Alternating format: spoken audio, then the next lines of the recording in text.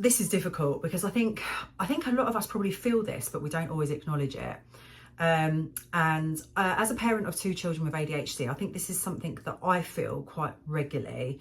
And it was important, I think, that I noticed it in the first place. So by isolation, I mean that, so when the kids are having a really big meltdown and it's just all a bit chaotic, I think it can get a bit uncomfortable for like guests and family and friends and stuff to be there during those times.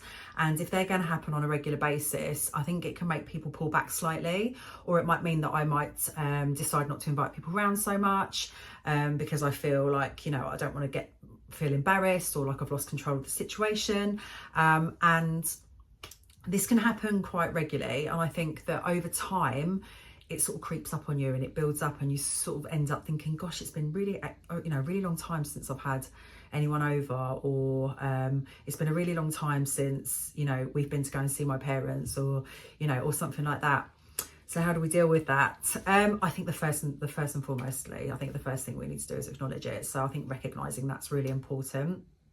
Once you've recognized it, then I think it's about having those open conversations with your family and friends and saying, I feel really uncomfortable sometimes when my kids are going into full-blown meltdown, and sometimes I feel like, you feel uncomfortable, so I've started, sort of pulling back a little bit, and I don't want that to, affect our relationship or friendship or whatever that is. And I think that's the best way to resolve it, is definitely to talk about it.